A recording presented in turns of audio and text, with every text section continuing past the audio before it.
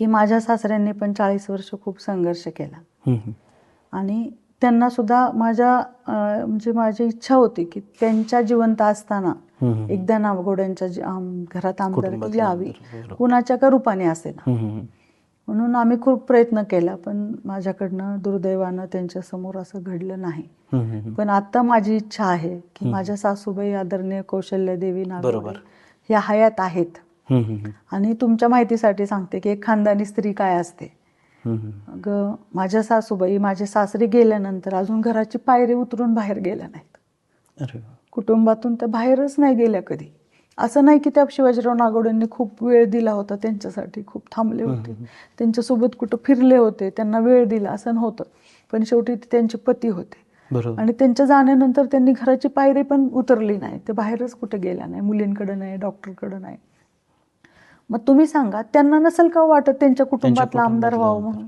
त्यांची इच्छा नसेल का माझ्या कुटुंबात, आता माझ्या नवऱ्यासमोर तर नाही तर माझ्या समोर तरी माझ्या गटातला आमदार व्हावं? म्हणून मी खूप अट्टहास करते की निदान मी नेऊन माझ्या सासूबाईच्या चरणावर तरी ठेवल. की बापूंच्या समोर नाही करू शकले पण सासऱ्यांची जी एक इच्छा होती, त्याच्यामुळे मी इतकं जीव तोडून हे सगळं करते. पण आमच्या विरोधकांना हे सगळं बघवत नाही. ताई, आता एवढ्या वर्षापासून नागवडे कुटुंबियांना एक कुठंतरी आमदारकीपासून वंचित राहावं लागलं वगैरे. एक तुमच्या सासऱ्यांची देखील इच्छा होती नागवडे कुटुंबियांचं आमदार एक त्या कुटुंबाच्या मध्ये आमदारकी यावी. काय अपील करताना तर लोकांना? तुम्हाला अनेकदा आम्ही भावनिक होताना बघितलेलं आहे. ज्यावेळेस भाषणामध्ये तुम्ही बोलताना तुमच्या सासऱ्यांच्या आठवणीने तुम्ही तिथं वक्तव्य मांडलेलं आहात. तर मग आता काय एकंदरीत आव्हान करणार? हे राजकारणाच्या पलीकडे जाऊन लोकांना काय अपील करणार?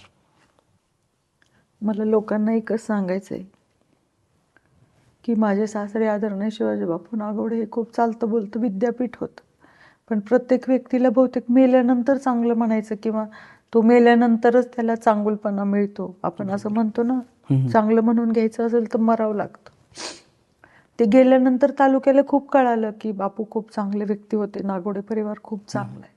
पण नुसतं चांगलं म्हणून चालणार नाही. आम्ही 40 वर्ष सगळ्यांच्या सुखदुःखात सगळ्यांच्या ह्याच्यात आहोत. आमच्याकडे ज्या संस्था आहेत त्या आम्ही खूप चांगल्या चालवलेल्या आहेत.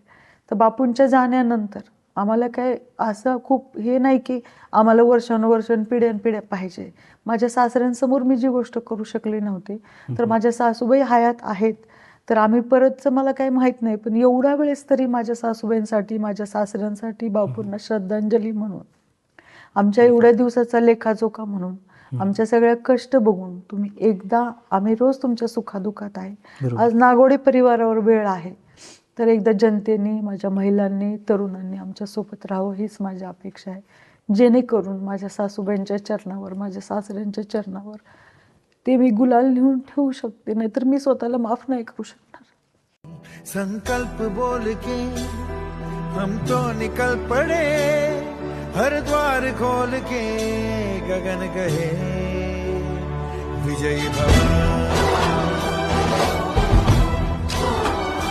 विजयी भव, गगन कहे विजयी भव.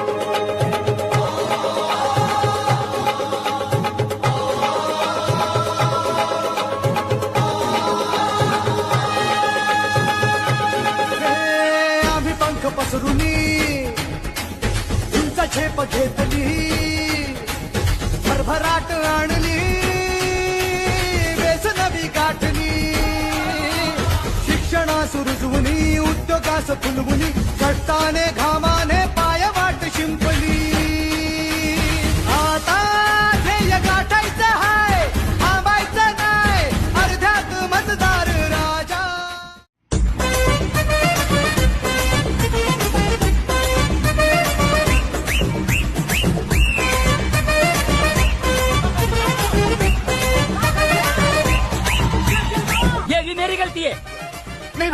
गलती है मेरी गलती है नहीं बाबा नहीं मेरी गलती है।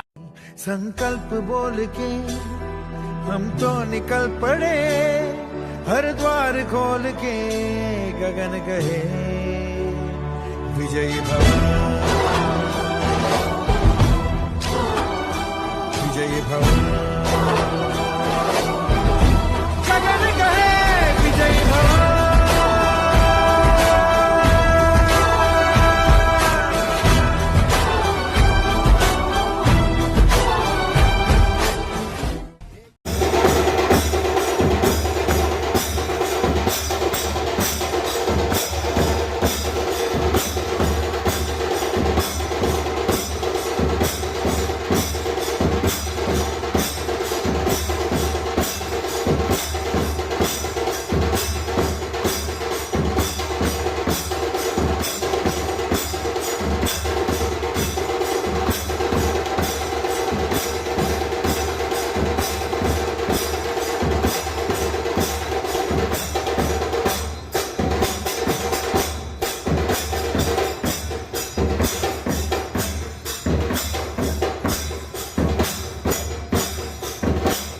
मंत्र आहे हाच कला थांबला जो इथे संपला।